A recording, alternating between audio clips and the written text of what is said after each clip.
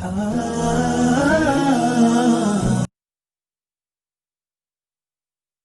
gave me the letter. I guess it was July.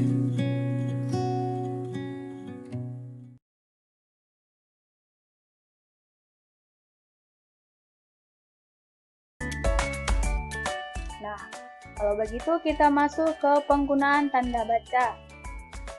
Penggunaan tanda baca adalah simbol yang tidak berhubungan dengan suara, kata, dan frasa pada suatu bahasa, melainkan berperan untuk menunjukkan suatu struktur dan organisasi pada suatu tulisan, dan juga intonasi serta jeda yang dapat diamati sewaktu pembacaan.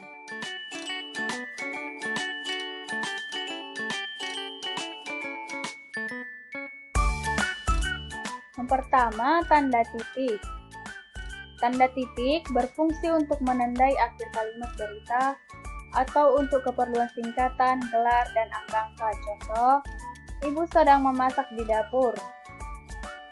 Singkatan DLL yang artinya dan lain-lain, jika disingkat digunakan titik di belakang DLL. Contoh lain misalnya DST dan seterusnya. Dalam penyingkatan nama, misalnya Irwan S. Gator, S-nya disingkat maka dibuat dengan titik. Dalam penulisan waktu, seperti pukul 6.20.11, maka dibaca pukul 6:20:11.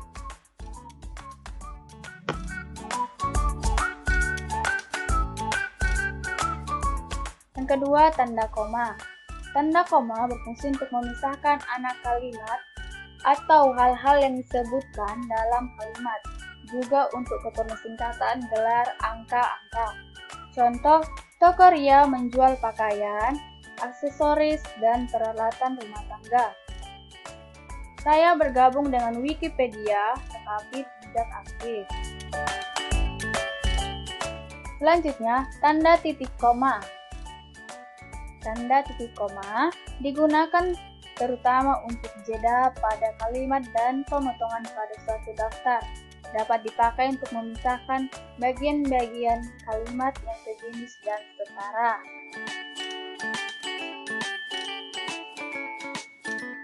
Contoh, makin larut, kami belum selesai juga.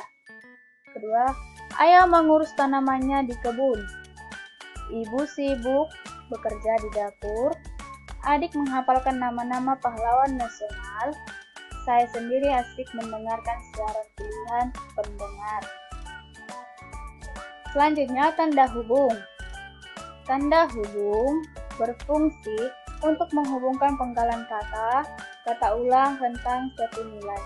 Tanda hubung menyambung unsur-unsur kata ulang, contoh anak-anak, berulang-ulang, kemerah-merahan, dan lain sebagainya. Selanjutnya, tanda tanya. Tanda tanya berfungsi untuk melengkapi kalimat tanya. Tanda tanya dipakai pada akhir tanya. Contoh, kapan ia berangkat? Saudara tahu bukan? Selanjutnya, tanda seru. Tanda seru berfungsi untuk menegaskan, memberikan peringatan bahwa kalimat yang bertanda seru tersebut perlu untuk diperhatikan. Tanda seru dipakai sesudah ungkapan atau pernyataan yang berupa seruan atau perintah yang menggambarkan kesungguhan, ketidakpercayaan, atau rasa emosi yang kuat. Contoh, alangkah mengerikannya peristiwa itu. Bersihkan meja itu sekarang juga. Sampai hati ia membuang anaknya. Merdeka.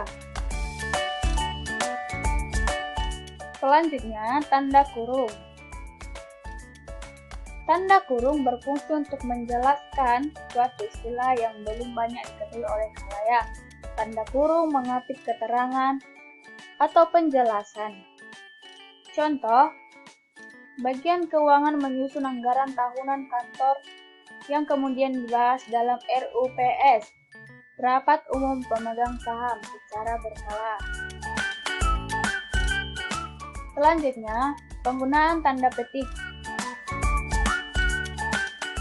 berfungsi untuk menandai kalimat langsung atau percakapan dalam naskah drama. Tanda petik mengapit petikan langsung yang berasal dari pembicaraan dan naskah atau bahan tertulis lain. Contoh, saya belum siap, kata Mira. Tunggu sebentar. Pasal 36 Undang-Undang Dasar tahun 1945 berbunyi, bahasa negara ialah bahasa Indonesia. Dapat kita lihat penggunaan tanda petik yaitu seperti ini